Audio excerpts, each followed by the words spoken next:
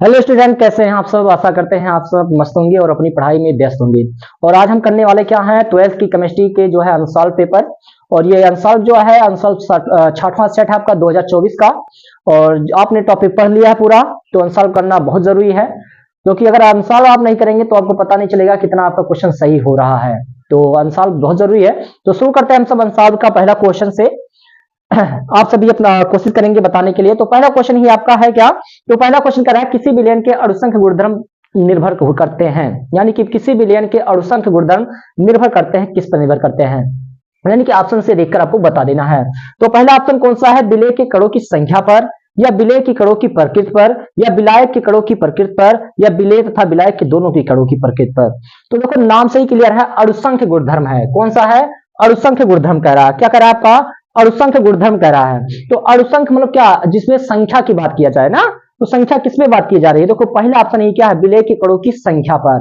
क्या है, विलय की कणों की संख्या जिसपे कह दिया बात, तो क्या हो जाएगा ऑप्शन वही सही हो जाएगा। तो कौन सा ऑप्शन, यानी कि पहला ऑप्शन क्या हो जाएगा, सही हो जाएगा। ठीक, यानी कि अणुसंख्य यानी कि क्या है, विलय की कणों की संख्या पर। अगला कह रहा है KMnO4 में Mn की ऑक्सीकरण संख्या कितनी होगी। तो इसको निकालेंगे हम सब। देखो क्या कह रहा है आपका, ये कह रहा है KMnO4 में किसकी, Mn की ऑक्सीकरण संख्या कितनी होगी। तो आप बताओ K की कितनी होती है, तो कहते हो प्लस का 1, इसका x मानो, इसका कितना होता है, तो कहते हो माइनस का 2 होता है। गुणे में क्या लगा दो, 4 लगा दो, बराबर में क्या कर दो, 0 कर दो। क्यों, क्योंकि इस पे कोई आयल नहीं है। तो गुणा करा देंगे तो हो जाएगा 1 प्लस में x, तो ये 4 दुनिया 8 हो गया, यानी कि माइनस का गुणा कराओगे तो माइनस का कितना हो गया, 8 हो गया, बराबर में 0। ये घटा लेंगे तो ये हो जाएगा ना माइनस का 7, और बराबर में क्या जाएगा 0। तो ये क्या जाएगा, प्लस का 7। यानी कि ऑप्शन किसमें है 7, तो आप कहोगे चौथा ऑप्शन में है। यानी कि चौथा ऑप्शन क्या हो जाएगा, आपका जो है दूसरे का कौन सा, चौथा ऑप्शन क्या हो जाएगा, करेक्ट हो जाएगा। ठीक, इसी तरह से अगला क्वेश्चन हम सब करते हैं। कह रहा है आपका कोई आपका एक उत्साह संयुक्त यौगिक आपका दिया गया है, जैसा कि आपको दिख रहा होगा, है ना। तो हम यहां पे कर लेते हैं। जैसे कह रहा था क्या, CONH3 का होल 4 Cl2 और कितना दिया है Cl में। बताना क्या था, CO की ऑक्सीकरण संख्या बता देनी है, उपसंयोजन संयोजन संख्या बता देनी है। उपसंयोजन संयोजन संख्या यही बताना है, क्या बताना है, उपसंयोजन संयोजन संख्या बताना है। तो उपसंयोजन संयोजन संख्या क्या होता है, सबसे पहली बात जानूंगी। तो उपसंयोजन संयोजन संख्या क्या होता है, यानी कि केंद्रीय धार परमाणु कितना आबंध बनाया है लिगेंडो के साथ, उसी को क्या कहते हैं, उपसंयोजन संयोजन संख्या कहते हैं। तो 4 इसका हो गया, 2 इसका हो गया, 4 2 6। तो 6 ऑप्शन किसमें है, तो चौथे वाले ऑप्शन में है। तो क्या हो जाएगा आपका चौथा नंबर क्या हो जाएगा, सही हो जाएगा। उपसंयोजन संख्या कितनी होगी, इसकी उपसंयोजन संख्या 4 2 6 हो जाएगी। कितनी हो जाएगी, 6 हो जाएगी। ठीक, अगला अगला कह रहा है घ नंबर क्वेश्चन। अगला है इटार्ड क्रिया में टाल्विन को बेंजीन एल्डिहाइड में ऑक्सीकृत करते हैं, कौन करता है। तो आपको इटार्ड क्रिया की बात कर लेता, तो इटार्ड क्रिया आपको ये देखो दिख रही होगी, यहाँ पे दिखेगा आपको इटार्ड क्रिया क्या होता है। देखो यहाँ पे क्या आएगा, COCl2 की उपस्थिति में CrCl2 की उपस्थिति में क्या कराया गया, ये बेंजीन एल्डिहाइड बन गया। ठीक, तो आपको पता होना चाहिए कौन सा उपयोग किया गया है, तो इसमें ऑप्शन से देखकर ही बताना था। तो ये पांचवा ऑप्शन हो जाएगा, और ऑप्शन पांचवा कौन सा हो जाएगा, तो आपका ऑप्शन हो जाता है कौन सा, तो ये हो जाएगा ऑप्शन नंबर 2 Cr2OCl2। क्या हो जाएगा, तो आपका हो जाएगा CrO2Cl2। ये आपका क्या हो जाएगा, सही हो जाएगा। ठीक, और अगला क्वेश्चन हम सब करते हैं। अगला क्वेश्चन कह रहा है क्या, बेंजीन डाइएजोनियम क्लोराइड की क्रिया क्षारीय माध्यम में फिनाल प्राप्त होने से क्या बनता है, तो आपको ये बताना है। तो क्या करते हैं, अगर बेंजीन की क्रिया कराते हैं तो डाई बेंजीन एजोबेंजीन क्लोराइड की क्रिया कराई जाती है तो क्षारीय माध्यम में, तो क्या बनता है, तो आपको बता देना क्या, पी हाइड्रोक्सी एजोबेंजीन बन जाता है। क्या बन जाता है, पी हाइड्रोक्सी एजोबेंजीन। यानी कि किसका आपका है, तो डा नंबर का आपका ऑप्शन कौन हो जाएगा, तो 2 नंबर ऑप्शन सही हो जाएगा। देखो फार्मूला क्या होता है, तो याद रखना क्या हो जाएगा, ये आपका हो जाएगा, ये आपका OH यहां लगा दीजिए, और उसके बाद यहां पे क्या करिए, एजोबेंजीन बनाना था, है ना। तो यहां पे हम बना देते हैं अलग, जो है ऐसे बनाना था, पी हाइड्रोक्सी पैरा हाइड्रोक्सी और क्या एजोबेंजीन, ये आपका ऑप्शन हो जाएगा। ठीक है, लेकिन आपको सिर्फ इसमें नाम से दिया था एजोबेंजीन से, तो आपको ऑप्शन से ही करना था, है ना, क्रिया नहीं करानी थी। तो क्या हो जाएगा, पी हाइड्रोक्सी एजोबेंजीन क्या हो जाएगा, ऑप्शन नंबर 2 बिल्कुल सही हो जाएगा। कौन सा, पी हाइड्रोक्सी एजोबेंजीन। आगे बढ़ते हैं और 4 नंबर आपका करते हैं। अगला बहुविकल्पीय प्रश्न ही है किस विटामिन की कमी से रतौंधी होती है? तो ये तो सबको पता होना चाहिए, क्या होता है? विटामिन ए की कमी से। 4 नंबर का आपका आंसर है पहला ही, कौन सा? Vitamin A. विटामिन जो ए होती है, इसी की कमी से क्या होती है? रतौंधी होती है। इसका रासायनिक नाम पूछे बच्चे तो क्या बताना? रासायनिक नाम क्या होता है? तो रासायनिक नाम होता है रेटेनॉल। क्या नाम होता है? रेटेनॉल होता है। क्या होता है? रेटेनॉल होता है। ठीक, रासायनिक नाम क्या होता है? रेटेनॉल होता है। तो ये इतने बहुविकल्पीय प्रश्न हो गए आपकी खत्म। आगे बढ़ते हैं और आपकी जो लिखने वाले प्रश्न हैं उनकी ओर करते हैं। अगर हम बात करते हैं अगले क्वेश्चन की, यानी कि लिखने वाले प्रश्न जो आते हैं, तो आपकी पहला क्वेश्चन ही आपका है, क्या पूछ रहा है? देखिए सुनिए। अगले सेट की बात कर लेते हैं हम सब। चलो अगले क्वेश्चन की बात करते हैं। अगले मतलब इसी में दूसरा क्वेश्चन, यानी कि दूसरे का नंबर, दूसरे का कौन सा है? प्रश्न नंबर 2 है आपका। प्रश्न नंबर 2 का नंबर प्रश्न। दूसरे का नंबर क्या प्रश्न कर रहा है? पहला क्वेश्चन, किसी विलेन की मोलरता तथा मोलनता के बीच में अंतर स्पष्ट कीजिए। इसके मान का तापक्रम में परिवर्तन के साथ किस प्रकार प्रभावित होते हैं? तो देखो, मोलरता क्या होता है? मोलरता और मोललता क्या होता है? ये दो चीज पूछे हैं। मोललता, तो मोललता क्या होता है? किसी विलयन के 1 लीटर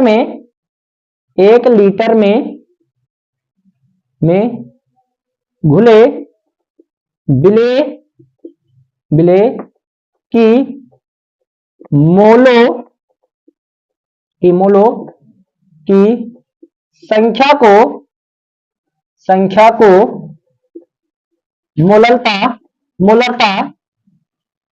कहते हैं।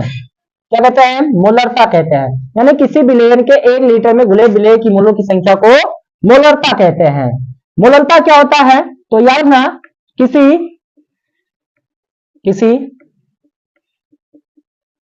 विलायक के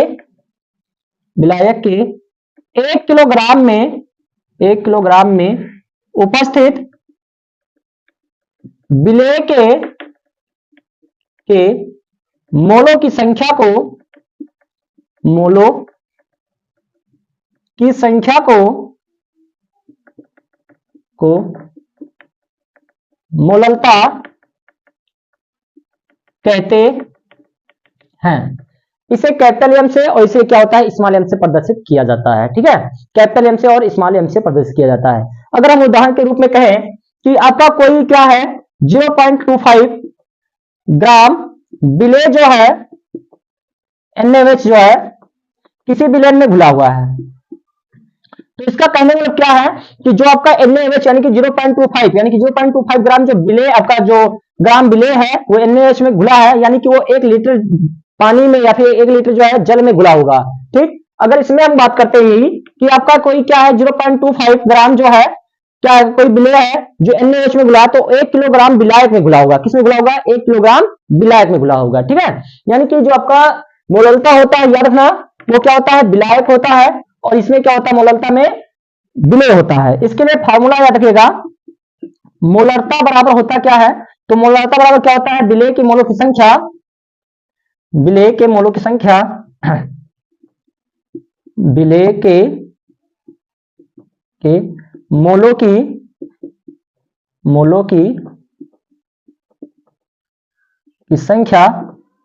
में क्या? विलयन का आयतन किस में होना चाहिए? लीटर में होना चाहिए। ये इसका फार्मूला हो गया। मोललता का फार्मूला अलग है भैया। मोललता बराबर क्या होता है? मोललता बराबर क्या होता है? विलेय की मोलों की संख्या, विलेय की मोलों की संख्या बटे में क्या? विलायक का द्रव्यमान, किसमें? किलोग्राम में। तो समझ में आ गया आपको क्या होता है? मोललता क्या होती है और मोलरता क्या होता है? मोलरता क्या होता है? किसी विलेय के 1 लीटर में घुले हुए विलेय की मोलों की संख्या को मोलरता कहते हैं, और किसी विलेय के 1 किलोग्राम में उपस्थित विलेय की मोलों की संख्या को मोललता कहते हैं। ठीक, अगर हम बात करें तो इसमें आपका एक एग्जांपल के द्वारा आपको बताना भी बता सकते हैं, अंतर में नहीं बताना चाहते कोई दिक्कत नहीं, लेकिन आपको फार्मूला लेना था कि मोलरता बराबर होता क्या है, तो विलेय के मोलों की संख्या बटे में विलयन का आयतन, और मोलरता बराबर क्या होता है, तो कहोगे विलेय के मोलों की संख्या बटे में क्या, विलायक का द्रव्यमान। ठीक, अब इसमें कह रहा था क्या, ताप का प्रभाव के बारे में बताइए, क्या बताना था, ताप के, अब फिर पूछ रहा था इसमें 2 नंबर का है, तो 1 नंबर इसमें मिल जाएगा आपको, 1 नंबर क्या मिल जाएगा, इस पर आपको मिल जाएगा, 1 नंबर आपको कहां मिलेगा तो 1 नंबर आपको मिलने वाला है कहां से, ताप के प्रभाव पे। तो ताप का प्रभाव क्या होता है इसके बारे में बताना है। तो याद रखना क्या, कभी भी क्या होता है, जो मोलरता होती है वो ताप अगर बढ़ाया जाता है तो उसकी सांद्रता क्या, यानी कि मोलरता क्या हो जाएगी, उसकी बढ़ जाएगी, उसकी क्या होती है, ताप बढ़ाया जाता है तो मोलरता क्या होती है, बढ़ जाती है। लेकिन अगर मोलरता की बात करते हैं तो वो क्या हो जाती है, घट जाती है। ठीक है, यानी कि ताप के प्रभाव पे 1 नंबर, आपको 2 लाइन ये भी लिखना होगा, तो आपको 2 नंबर आपको मिल जाएंगे। ठीक, हाँ समझ में आ गया है, तो आगे बढ़ते हैं अगले क्वेश्चन की बारी। अगला क्वेश्चन क्या है, सबसे पहले इसको पढ़िए और उसके बाद आंसर बताइए आप सब। इसको मिटा देते हैं तब तक हम।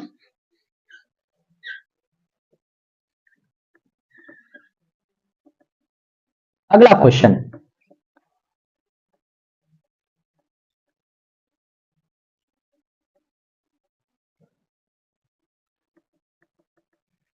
अगला क्वेश्चन, अगला क्वेश्चन है क्या, अगला क्वेश्चन कह रहा है क्या कि पाइरोलुसाइट से पोटेशियम परमैंगनेट बनाने की विधि का वर्णन कीजिए तथा परमैंगनेट आयन का संरचना सूत्र लिखिए। यानी कि 2 नंबर इसमें भी पूछा है, तो 2 आपके पूछ लिए हैं, यानी कि बनाने की विधि आपको बतानी है। तो सबसे पहले क्या होता है, पाइरोलुसाइट आयन जो होता है, अयस्क जो होते हैं, सबसे पहले इसको जानो क्या होता है आपका, है ना, तभी आप बना पाएंगे। तो याद रखना क्या कि जो पाइरोलुसाइट से आपका जो अयस्क बनाना है, तो उसका अयस्क क्या होता है, MnO2, और इसी का क्या करते हैं हम, इसी का ऑक्सीकरण करा देते हैं, क्या करते हैं, ऑक्सीकरण करा देते हैं, यानी कि केवेज के साथ, केवेज के साथ, केवेज के साथ वायु की अपक्रिया कराई जाती है, यानी कि O2 की क्या की जाती है, अपक्रिया करा दी जाती है। अगर अपक्रिया करा देते हैं तो ऑक्सीकरण हो जाता है, यानी कि ऑक्सीजन क्या हो जाएगा, इसमें जुड़ जाता है, और यही क्या बन जाता है, ये बन जाता है MnO4 माइनस का 2 हो जाता है, क्या बन जाता है, MnO माइनस का 2 हो जाता है। इसे कहते हैं क्या है, इसे कहते हैं मैग्नेट आयन कहते हैं, क्या कहते हैं, मैग्नेट आयन कहते हैं। ठीक, समझ में आ गया आपको, क्या करते हैं आपका, पाइरोलुसाइट आयन लाएंगे, यानी कि F लाएंगे, MnO2, इसी का क्या करता है, KH के साथ वायु के साथ अपक्रिया, यानी कि ऑक्सीजन जोड़ते हैं, इसमें क्या जोड़ते हैं, ऑक्सीजन क्या करते हैं, अपक्रिया करा देते हैं, ऑक्सीकरण कराई जाती है। तो ऑक्सीकरण से क्या बनता है, तो आपको बता देना क्या बन जाता है, MnO4 बन जाता है, जिसे मैग्नेट आयन कहते हैं। ठीक, अब जो मैग्नेट आयन बन गया भैया, यानी कि क्या बन गया आपका, MnO4 डबल माइनस का बन गया है, इसी का क्या करना है, क्षारीय माध्यम में क्या करिए, क्षारीय माध्यम में विद्युत अपघटन कर दिया, यानी कि क्षारीय विलयन, क्षारीय विलयन की उपस्थिति में विद्युत अपघटन कराने पर, विद्युत अपघटन कराने पर, यानी कि कराने पर, है ना, अपघटन लिखेंगे क्योंकि अपक्रिया को ऊपर रख रहे हैं तो पूरा हेडिंग टाइप का नहीं लिखेंगे। क्षारीय विलयन की उपस्थिति में विद्युत अपघटन करा देते हैं विद्युत अपघटन कराएंगे तो ये क्या हो जाता है, ये बन जाता है क्या आपका, तो ये आपका बन जाएगा क्या, तो कोई अंतर नहीं होगा, बस इसमें 2 आयन था, एक आयन क्या हो जाता है, खत्म हो जाता है, यानी कि MnO4 माइनस हो जाता है। इसी को क्या कहते हैं, तो इसी को कहते हैं क्या, परमैग्नेट आयन कहते हैं, क्या कहते हैं, परमैग्नेट, क्या कहते हैं, परमैग्नेट आयन कहा जाता है। अब परमैग्नेट आयन बन गया है, अब परमैग्नेट आयन से हमें बनाना क्या था, तो ये बनाना हमको था क्या, तो आपको बताना, परमैग्नेट आयन से जो है बनाना क्या था, तो आपको बनाना था क्या, पोटेशियम परमैंगनेट बनाना था, क्या बनाना था, पोटेशियम परमैंगनेट बनाना था, ये तो बनाना था। इसी की अपक्रिया क्या करेंगे, अब लास्ट में क्या करते हैं, आपका केएच रहता है, उसी में क्या करते हैं, घोल देते हैं, तो घोल देने पर क्या बन जाएगा, तो बन जाएगा क्या, KMnO4 बन जाएगा, क्या बन जाएगा, KMnO4 बन जाता है, और यही क्या होता है, पोटेशियम परमैंगनेट होता है, क्या होता है, पोटेशियम परमैंगनेट होता है। ठीक है, तो ये क्रिया कराई जाती है पाइरोलुसाइट से, क्या आपका पोटेशियम परमैंगनेट बनाने में। ठीक, थोड़ा सा तेज कर रहे हैं हम सब ताकि आपका जल्दी जल्दी कम समय में पूरा आंसर जो है खत्म हो जाए। देखो क्या किया गया है, यानी कि पेरोल्सेट आयन लेता है, यानी कि MnO2 लाते हैं और इसी के पी ऑक्सीजन से जला देते हैं, तो ये मैग्नेट आयन बन जाता है, और मैग्नेट आयन जो बन जाता है उसी का क्षारीय विलयन की उपस्थिति में विद्युत अपघटन करा देते हैं, आपका क्या मिल जाता है, परमैंगनेट आयन मिल जाता है। और ये परमैंगनेट आयन जो होता है इसी को क्या किया जाता है, आपका जो है केवच के साथ क्या किया जाता है, घोल दिया जाता है, यानी केवच के साथ घोला जाता है, तो आपको मिल जाता है कि आपका तो KMnO4 मिल जाता है। क्या मिल जाता है, KMnO4 मिल जाता है, यही क्या आपका पोटेशियम परमैंगनेट है। ठीक, अगला क्वेश्चन, अगला क्वेश्चन कह रहा है क्या, अगले क्वेश्चन की बात करते हैं, तो इसको मिटा देते हैं और अगले क्वेश्चन की बारी।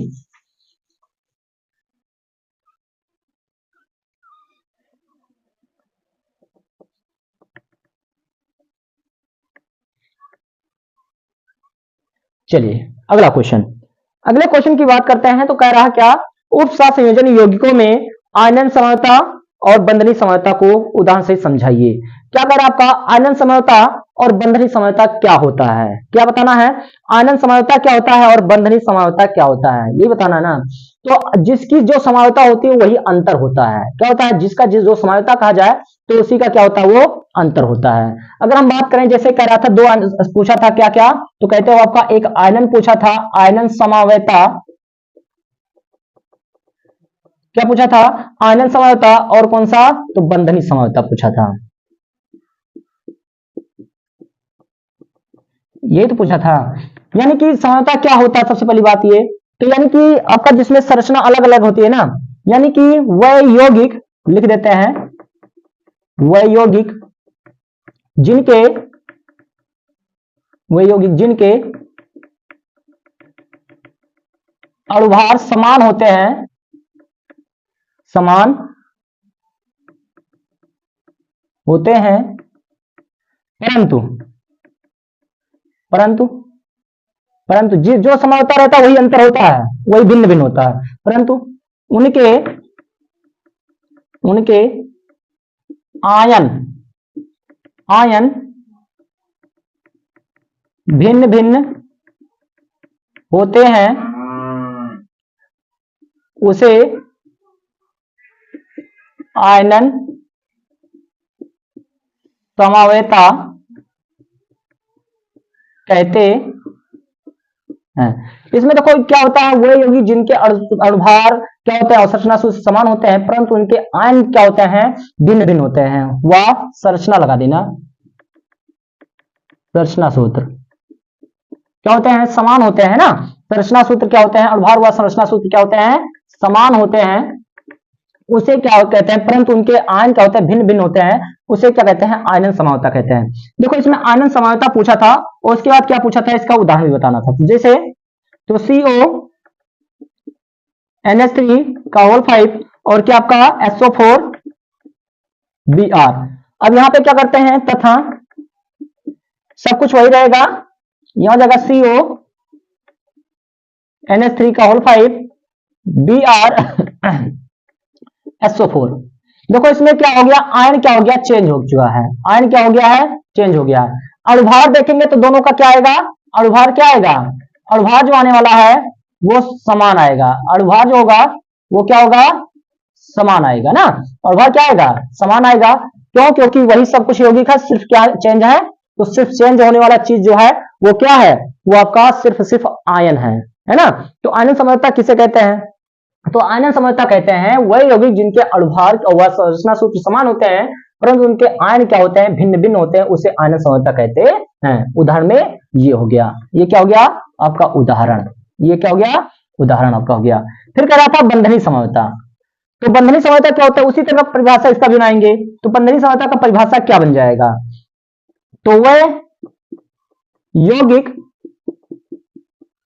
वह यौगिक जिनके जिनके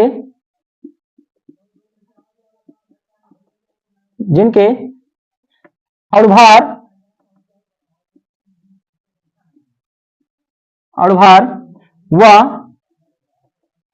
व संरचना सूत्र समान होते हैं, परंतु जिसमें उभयदंती लिगेंड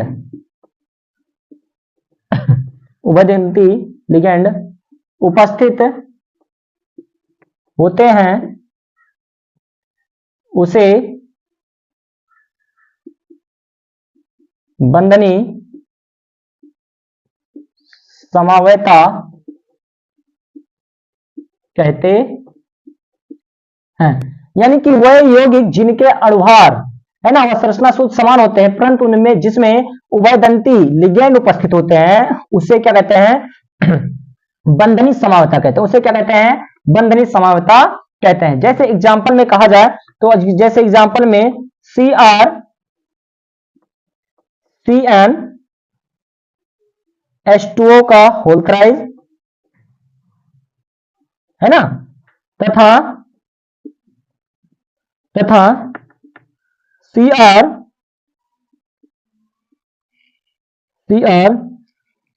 H2O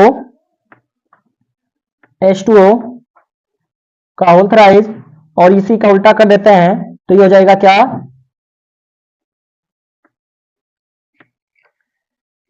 NCS है ना।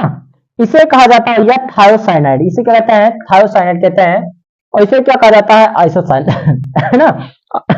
थायोसाइनाइड है और ये आइसोसाइनाइड है, ठीक है आइसोथायोसाइनाइड है। तो इसमें याद रखना क्या है ये आपके क्या है, तो जैसे और एग्जांपल है जैसे उभयदंती और लिगेंड कौन कौन से हैं, तो NCN हो गया, CN हो गया, ठीक है ये सब क्या है। और कौन सा है तो आपको याद रखना आपका जो है ONO2 और ONO, ये सब जो है ये सब जो आपके आते हैं ये सब कौन से हैं, तो ये सब आने वाले कौन से उभयदंती आते हैं, कौन से उभयदंती आपके लिगेंड आते हैं, ठीक है। हाँ आपको समझ में आ गया होगा, ये आपके क्वेश्चन थे 2 नंबर में आपको मिल जाते हैं। इस पे कितने नंबर 2 नंबर आपको मिलेंगे, ठीक। आगे बढ़ते हैं और अगले क्वेश्चन की ओर। अगला क्वेश्चन क्या आपका, सबसे पहले उसके पढ़ें और उसके बाद आंसर दें उसका। सबसे पहला क्वेश्चन क्या है आपका, तो क्वेश्चन कह रहा है आपका क्या कि कह रहा है हेलो एल्केन में एक अणु नाभिक रागी प्रतिस्थापन क्रिया की क्रिया विधि का वर्णन कीजिए, ठीक।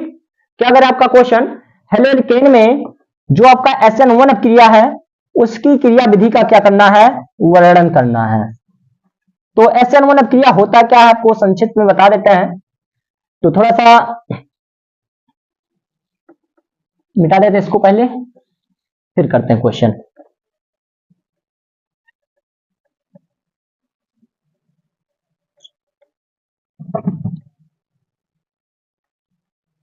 देखो क्वेश्चन क्या था, तो क्वेश्चन कर रहा है SN1 क्रिया के बारे में बताना है। किसके बारे में बताना है, तो SN1 क्रिया के बारे में बताना है, ठीक है। यानी कि हेलो एल्केन में जो है SN1 क्रिया क्या होती है इसी के बारे में बताना है। तो SN1 क्रिया जो होती है यह 2 चरणों में पूरी होने वाली क्रिया है। क्या होती है SN1 क्रिया क्या होती है, या 2 चरणों में पूरा होता है। यह बहुत तीव्र अभिक्रिया होती है, ठीक है। देखो अब पहले चरण में क्या होता है, अब अभिक्रिया समझो। जैसे हम ले आते हैं कोई हेलो एल्केन, तो जैसे आपका क्या आ गया ये कार्बन है, ये क्या आ जाता है कार्बन आ जाता है, ठीक। जैसे CH4Cl ले आते हैं तो ये आपका C हो गया, जैसे और एक ले आते हैं जैसे CH3H हो गया, यहाँ पे H हो गया, यहाँ पे H हो गया, और यहाँ पे Cl ले आते हैं। इसको क्या किया जाता है पहले चरण में क्या होता है, तो पहले चरण में इसको गर्म कर देते हैं यहाँ पे, तो गर्म कर देंगे तो ये पहले चरण में क्या तैयार हो जाएगा, तो ये तैयार हो जाता है क्या, तो ये आपका तैयार होता है कार्बोकैटायन। क्या बन जाता है कार्बोकैटायन तैयार हो जाता है, और यहां से क्या होता है Cl निकल जाएगा। यानी कि इसी बंध का क्या होगा विदलन होगा, इसी बंध का क्या होता है विदलन होता है, टूट जाता है। तो ये माइनस में और ये प्लस में, ये माइनस और ये प्लस में क्या हो जाता है टूट जाता है। इसे को क्या कहते हैं कार्बोधनायन कहते हैं। अब कार्बोधनायन जो बन चुका है यानी कि HCH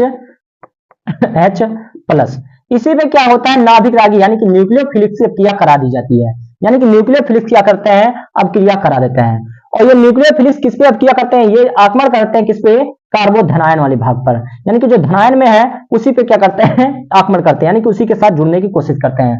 और ये जुड़ जाते हैं और ये बना लेते हैं क्या, HCH और H और क्या, NU, ये आपका बन जाएगा। ये अब क्या क्या होती है, पूर्ण हो जाती है। ये चरण नंबर क्या था, चरण नंबर यानी कि प्रथम चरण में अब क्या होती है, और ये चरण नंबर 2 होती है, यानी कि ये चरण नंबर 2 में अब क्या होती है। अब आपको जैसे हिंदी इसकी लिखनी होगी तो हिंदी कैसे लिखेंगे, तो हिंदी लिखने का एक आसान तरीका आपको बता देते हैं।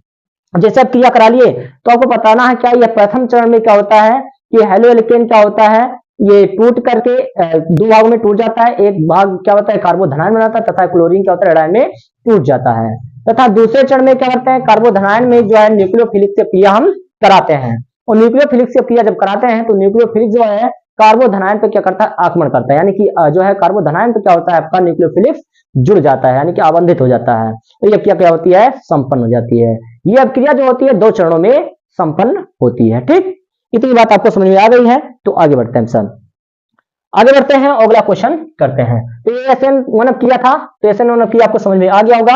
अगला क्वेश्चन करते हैं, इसको मिटा देते हैं का।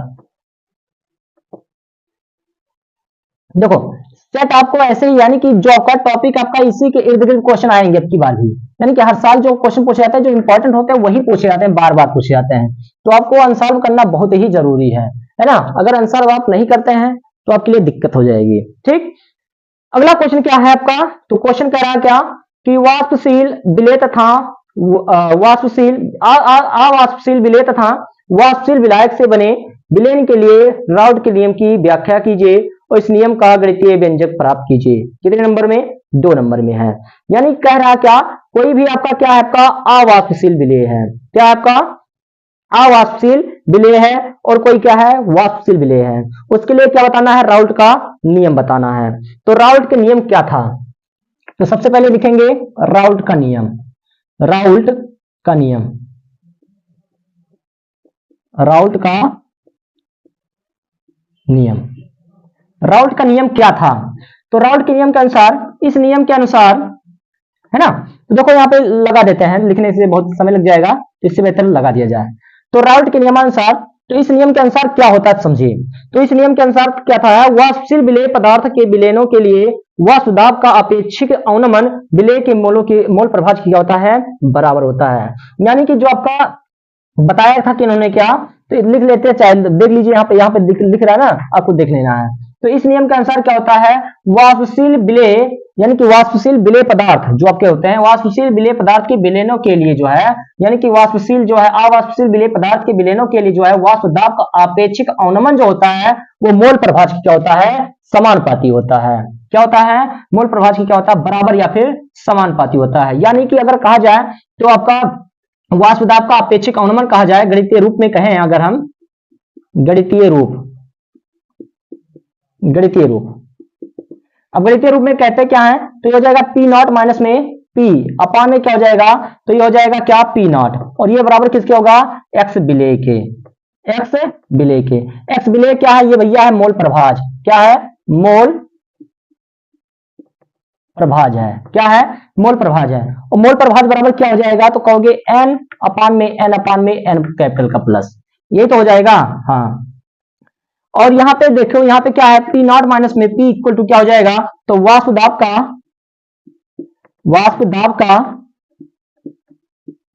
दाब में अवनमन, क्या है, अवनमन मतलब कमी, वाष्प दाब में क्या है, कमी है। यस क्या है, मोल प्रभाज है।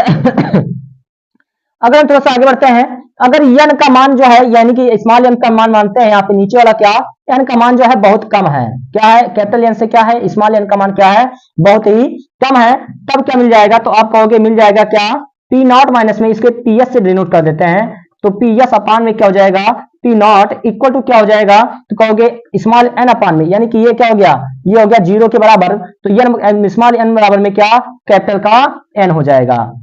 अथवा इसको लिख सकते हैं, अथवा में और क्या लिख सकते हैं, तो अथवा में कह सकते हो, इसको लिख सकते हैं पी एस माइनस में पी नॉट माइनस में पी एस अपान में क्या, पी नॉट। अब बताओ डब्ल्यू बराबर क्या होता है, एन बराबर क्या होता है, तो कहोगे मोल बराबर होता है, यहाँ पे लिख देंगे अगर, यहाँ पे तो कहोगे क्या कि अगर कहें हम आपका कि एन बराबर क्या होता है, तो एन बराबर क्या होता है, तो कहते हो डब्ल्यू बराबर बटे में क्या, ग्राम में भार बटे में अणुभार, यानी कि डब्ल्यू बटे में क्या, m, इसे W1 इसे WM1। तो N1 यानी कि स्मॉल n बराबर क्या मिल जाएगा, यहाँ पे स्मॉल n बराबर मिल जाएगा क्या, तो कहोगे W1 अपान में क्या M1। यहाँ पे कैपिटल N है तो कैपिटल N बराबर क्या मिल जाएगा, तो W2 अपान में क्या M2। तो इसके नीचे रख देते हैं इसका मान, तो ये हो जाएगा क्या W2 अपान में M2, और अंदर का अंदर गुणा बाहर का बाहर गुणा, तो बाहर का बाहर गुणा और अंदर का अंदर, तो मिल जाएगा W1 गुणे में क्या M2 बटे में क्या हो जाएगा, तो M1 गुणे में क्या W2। यानी कि यह फार्मूला आपको मिल जाएगा अगर गणितीय रूप का, तो अगर हम कहें गणितीय रूप का फार्मूला कौन सा मिल गया, तो आप कहोगे P नॉट माइनस में PS, यहां लिख देते हैं, यहां पे ये क्या हो जाएगा P नॉट माइनस में PS अपान में क्या P नॉट इक्वल टू क्या हो जाएगा W1 गुणे में M2 बटे में क्या M1 गुणे में क्या W2। ये क्या हो जाएगा राउल्ट के नियम का गणितीय रूप हो जाएगा। इंपॉर्टेंट है, कई बार पूछा गया है। तो नियम क्या होता है तो ये जान पाए ना, और गणितीय रूप क्या होता है इसको भी जान पाए आप। तो क्या होता है राउल्ट का नियम क्या होता है, किसी भी आवासशील विलेयक आपका जो है उसके जो आपेक्षिक अवनमन जो होगा वो मोल प्रभाज की क्या होगा समानुपाती होगा या बराबर होगा। ठीक, आगे बढ़ते हैं, आपको समझ में आया ना, एक बार फिर से समझ लीजिए, P naught minus P S अपान में पी नॉट इक्वल टू क्या हो जाएगा यक्स मोल, यानी कि यक्स मोल क्या है मोल प्रभाज के बराबर होता है, इतनी बात हम तो जानते हैं। पी नॉट माइनस पी बराबर क्या है वाष्प दाब में अवनमन है, क्या है वाष्प दाब में अवनमन है। अगर हम जो एन की वैल्यू है यानी कि स्मॉल एन की वैल्यू जो यहां पे लिखा हमने, स्मॉल एन की जो वैल्यू है वो कैपिटल एन से बहुत कम है, क्या है बहुत ही क्या है कम है, तब क्या होगा तो आप कहोगे P naught equal to P naught minus में पी एस अपान में पी नॉट इक्वल टू क्या हो जाएगा एन अपान में कैपिटल का एन, अथवा हम लिख सकते हैं क्या तो पी एस माइनस में पी नॉट माइनस में पी एस अपान में पी नॉट इक्वल टू क्या हो जाएगा तो कहोगे एन अपान में कैपिटल का एन, यानी कि स्मॉल यहाँ पे हमने इसको लिख दिया है यहाँ पे, तो क्या हो जाएगा स्मॉल एन बराबर क्या हो जाएगा डब्ल्यू एन अपान में एम वन, तो डब्ल्यू वन अपान में एम वन और एन बराबर कैपिटल एन बराबर क्या हो जाएगा डब्ल्यू टू बटे में एम टू, इसको देते हैं अंदर का अंदर गुणा बाहर का बाहर गुणा, और ये गणित के रूप मिल जाता है क्या राउल्ट के नियम का। तो शायद समझ में आ गया होगा। आगे बढ़ते हैं, अगला क्वेश्चन करते हैं। अगला क्वेश्चन क्या है उसको पढ़िए और अगले क्वेश्चन का जवाब दीजिए। अगला क्वेश्चन क्या है, अगला क्वेश्चन है आपका एथेनॉल के निर्जलीकरण की क्रिया विधि लिखिए। एथेनॉल का क्या करना है, इसको मिटा दिया जाए। हाँ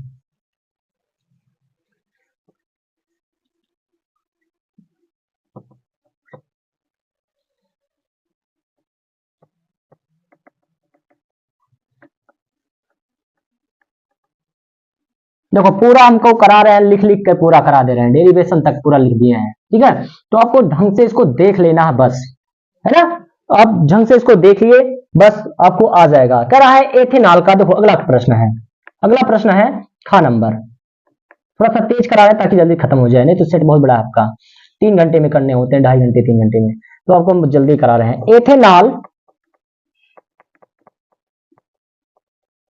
का क्या करना है निर्जलीकरण कराना है, क्या करना है निर्जलीकरण कराना है। एथेनॉल का फार्मूला क्या होता है, तो आप कहोगे क्या होता है, एथेनॉल के फार्मूला की बात करें तो होता है C2H5OH, और इसी का क्या करना है निर्जलीकरण कराना है।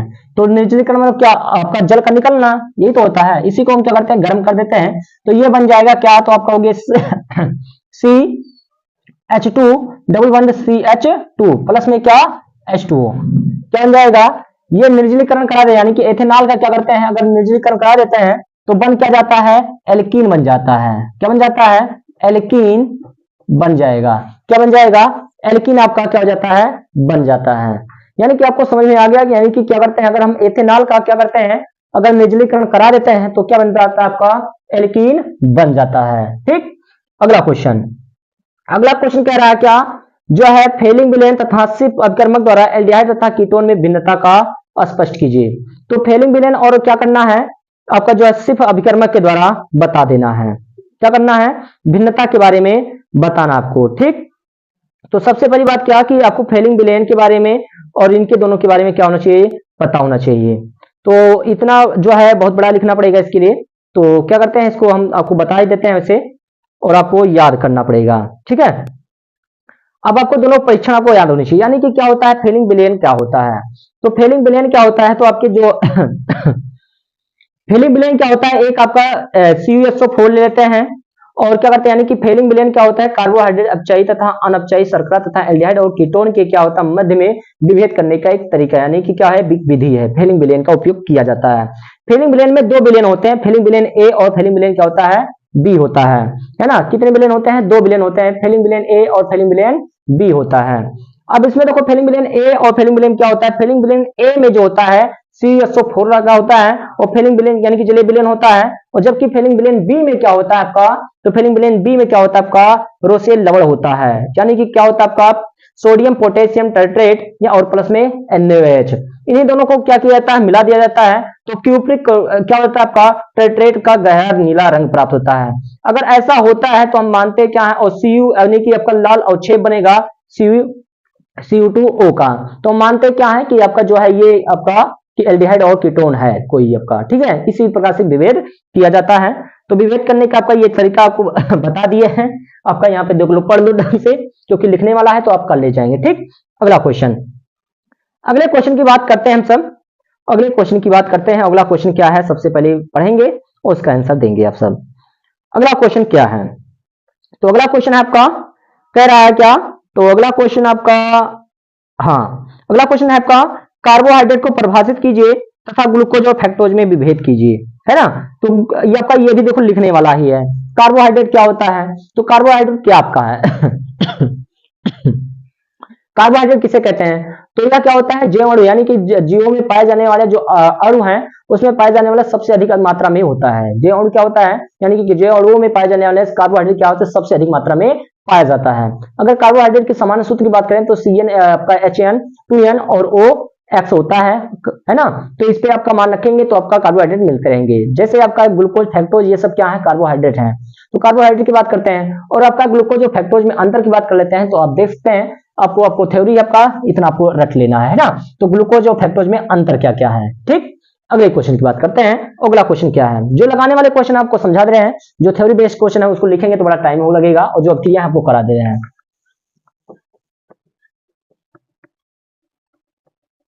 देखो अगले क्वेश्चन की बात करते हैं, तो आपने पढ़ लिया होगा क्वेश्चन। अगले क्वेश्चन की बात करते हैं, तो मोलल उन्नयन स्थिरांक को परिभाषित कीजिए। क्या कर रहा है, मोलल उन्नयन स्थिरांक को क्या करना है, परिभाषित करना है। और इसमें सॉरी इसमें क्या आपका एक आपका क्वेश्चन भी है, उसको भी लगाना है। तो मोलल उन्नयन स्थिरांक क्या होता है ये बताना है। 0.6 ग्राम यूरिया जिसका मोलर द्रव्यमान दिया 60 के 100 ग्राम जल में बने जलीय विलयन के क्वथनांक की गणना कीजिए। जल का मोलर उन्नयन स्थिरांक का मान दिया है 0.52 kilo kelvin kilogram mole inverse तथा जल का क्वथनांक दिया है 373.15 केल्विन, ठीक। ये आपका क्वेश्चन दे रखा है। अब आपको क्वेश्चन पढ़ लेना है। अब क्वेश्चन पढ़ लिए, अब लगाते हैं। तो सबसे पहले क्या होता है, मोलल उन्नयन स्थिरांक क्या होता है, इसको ले लेते हैं। मोलल उन्नयन स्थिरांक,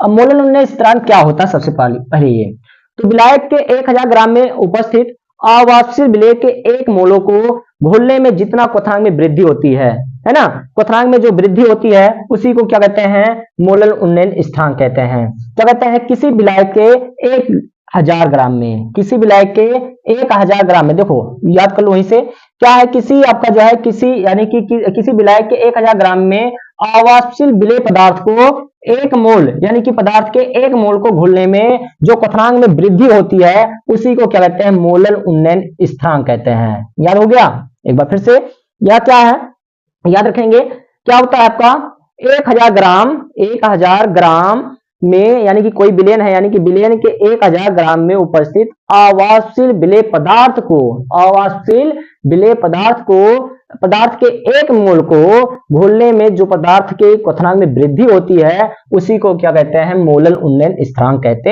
हैं। इसे किससे प्रदर्शित किया जाता है, तो केबी से प्रदर्शित किया जाता है। अब देखो मोलल उन्नयन स्थिरांक बराबर क्या होता है, तो याद रखना डेल्टा टीबी बराबर क्या होता है, तो केबी गुणे में W2 गुणे में 1000 बटे M2 गुणे में क्या W1, यही तो होता है। हाँ, अब क्वेश्चन को पढ़िए और देखिए क्या क्या दिया गया है। कह रहा था 0 पॉइंट, देखो जो विलेय होते हैं हमेशा याद रखिएगा, जो विलेय होते हैं उसको 2 माना करिए, जो विलेय होते हैं उसको 2 मानेंगे। जो विलायक होता है, विलायक, उसे क्या मानते हैं, W1 माना जाता है। ठीक है, तो विलायक की बात करेंगे तो 2 करेंगे वहां पे, और जहां पे विलायक की विलेय की बात करेंगे वहां पे 2, और जहां विलेय की बात करेंगे वहां 2, और जहां विलायक की बात करेंगे वहां पे 1 की बात करते हैं। जैसे कह रहा था क्या, 0.6 ग्राम यानी कि 0.6 ग्राम यूरिया जो है को किसमें 100 ग्राम जल में घोला गया, तो विलेय कौन सा है जिसकी मात्रा कम है, तो W2 की मान कितना हो गया, 0.6 ग्राम हो गया, यानी कि 0.6 ग्राम हो गया। W1 कितना है, तो आप कह रहे हैं 100 ग्राम घोला गया है। कितना ग्राम घोला गया है, 100 ग्राम घोला गया है। अगर हम बात करें यूरिया घोला गया था, तो आपका M2 की वैल्यू कितनी हो जाएगी, यूरिया तो घोला गया था, जल में घोला गया था, तो W2 की वैल्यू दिया आपका कितना, 60 दिया है। कितना दिया है, 60 दिया आपका। तो क्वथनांक में वृद्धि की गणना कीजिए। अगर मोलर उन्नयन स्थान की वैल्यू दिया, यानी कि मोलर उन्नयन स्थान क्या होता है, केबी तो होता है, अभी हमने पढ़ा है परिभाषा सहित इसको पढ़ा है। तो केबी की वैल्यू क्या होती है, तो वो दे रखा है कितना, 0.52 kilo kelvin kilogram mole inverse, ये आपका होता है। और जल का क्वथनांक दे रखा है, क्या दे रखा है, जल का क्वथनांक दे रखा है। तो जल की क्वथनांक की बात तो बाद में करेंगे, पहले हम क्या निकालते हैं, क्वथनांक की गणना करते हैं, यानी कि विलेय की क्वथनांक की गणना कर लेते हैं। अब यही फार्मूला हमको लगा देना है। तो यहाँ पे मिल जाएगा क्या, तो आप कहोगे डेल्टा टीबी बराबर मिल जाएगा क्या, तो केबी की वैल्यू कितना है, तो केबी की वैल्यू दिया है कितना, 0.52 गुणे W2 की वैल्यू कितना दिया है, तो आपका 0.6 बिल्कुल, और फिर क्या है 1000 है, तो 1000 रख देते हैं, बटे में M2 की वैल्यू कितना है, तो M2 की वैल्यू है 60, और W1 की वैल्यू कितना है, तो 100 दिया है, गुणे में 100। अब इसी को क्या करना है, हमको सॉल्व कर लेना है। तो डेल्टा टीबी की वैल्यू क्या आ जाएगी, सॉल्व करेंगे तो देखो 1000 है, 3 जीरो यहाँ पे है, तो 3 अंक यहाँ पे है, तो 3 जीरो क्या करेगा, इन तीनों को खा जाएगा, खत्म हुआ। यानी कि यहां तक आपको समझ में आ गया। ये 6 के 6 हो गया, तो ये हो गया 52 गुणे में 6 बटे में 60 और गुणे में 100, 6 के 6 10 छक 60, यही तो आया। इसका गुणा कराओगे 100 में 10 का गुणा और करा लोगे, तो डेल्टा टीबी की वैल्यू कितनी आ जाएगी, तो 52 बटे में आ जाएगा कितना, 1000। कितना आ जाएगा, 1000। यानी कि 3 अंक बाद क्या करना है, दशमलव लगा देना है, तो ये हो जाएगा 0.052। ये किसकी वैल्यू आ गई, ये आ गई डेल्टा टीबी की वैल्यू आ गई। क्या आ गई है, डेल्टा टीबी की वैल्यू क्या आ गई, आ चुकी है। तो क्या पूछा था, विलेयन का क्वथनांक पूछा था, तो विलेयन का क्वथनांक क्या हो जाएगा, तो कितना दिया था आपका, तो जल का दे रखा है, जल का दे रखा ना, जल का क्वथनांक क्या दे रखा था, जल का जो क्वथनांक था T0 मान लेते हैं, वो कितना दिया था 373। कितना दे रखा था 373.15, चलो 15 छोड़ दो, 373 याद रखना, कितना दिया था 373। तो यहाँ पे रखना विलेयन का क्वथनांक कितना हो जाएगा, तो विलेयन जो है विलायक और दोनों से मिलकर तो बना होता है, तो विलेयन का क्वथनांक क्या हो जाएगा, दोनों को जोड़ दीजिए, तो 0.052 प्लस में कितना 373, कितना हो जाएगा 373, तो जोड़ लेंगे तो कितना आ जाएगा, तो 373.052, ये हो जाएगा क्या, विलेयन का क्वथनांक, क्या हो जाएगा विलेयन का क्वथनांक।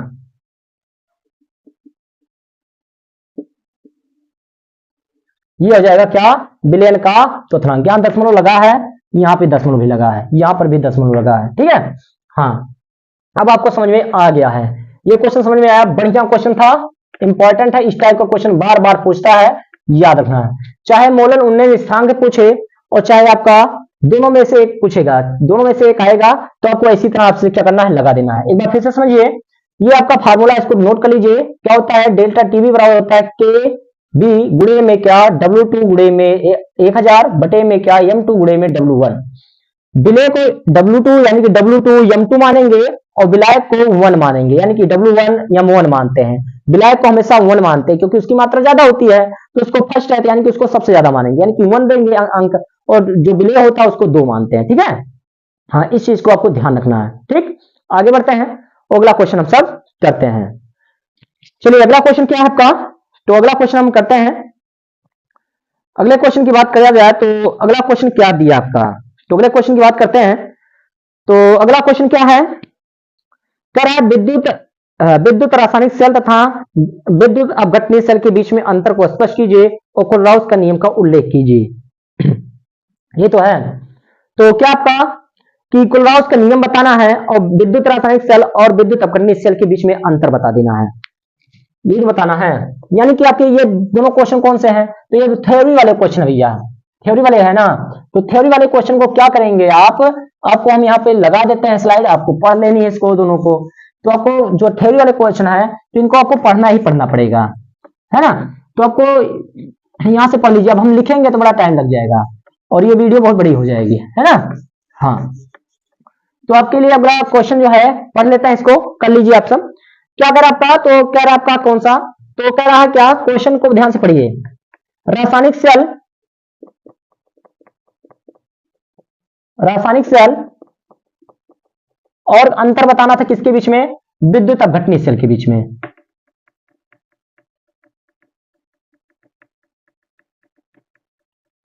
विद्युत अपघटनीय सेल के बीच में, ठीक। तो ये दोनों अंतर क्या होते हैं इसी के बारे में बताना है। तो ध्यान रखिएगा, क्या यहां पे पढ़ लीजिए ध्यान से। जो आपका जो रासायनिक सेल होता है और विद्युत अपघटनीय सेल क्या होता है। जो विद्युत अपघटनीय सेल होता है इसमें क्या होता है, ध्रुव की जरूरत पड़ती है, लेकिन रासायनिक सेल में क्या होती है, ध्रुव की जरूरत नहीं होती है, ठीक। ये सब अंतर है। अच्छा, कोलराउस के नियम की बात करते हैं तो यहाँ पर लग जाएगा स्लाइड, आपको पढ़ लेने हैं, ठीक। अगर हम बात करते हैं कोलराउस का नियम क्या होता है तो इसको हम बता देते हैं आपको, क्योंकि ये बहुत बार पूछा गया है। तो कोलराउस का नियम क्या होता है, ये भी पूछा था ना क्वेश्चन में। क्या पूछा था? कोलराउस का नियम। कोलराउस का नियम, कोलराउस का नियम क्या था, ये तो पढ़ना था। तो कोलराउस का नियम क्या होता है? तो उन्होंने बताया था किसी यानी कि किसी विलयन की अनंत अनुता पर मोलर चालकता या फिर आपका जो तुल्यांकी चालकता जो होता है विलयन में उपस्थित धनायनों और ऋणायनों के योग के क्या होता है, बराबर होता है। क्या होता है? बराबर होता है, ठीक है, समझ पाए। इसको भी लगा देते हैं यहाँ पे, देखो पढ़ लीजिएगा क्या। तो यहाँ पे पढ़ सकते हैं कोलराउस के नियमानुसार क्या किसी भी विलयन का सॉरी किसी भी विलयन की जो आपकी मोलर चालकता है तुल्यांक की चालकता जो होती है उस विलयन में उपस्थित धनायन और ऋणायन के योग की क्या होता है, बराबर होता है। अगर हम कहें लेमडा एम जो होगा या लेमडा इक्यू जो होगा अनंत अनुता पर, वो बराबर होगा किसके? लेमडा एम जो होगा प्लस में, और प्लस में क्या अनंत पे, किस पे? अनंत अनुता पर, और प्लस में क्या अनंत अनुता पे माइनस में, यानी कि मोलर चालकता की क्या होगा, बराबर होगा।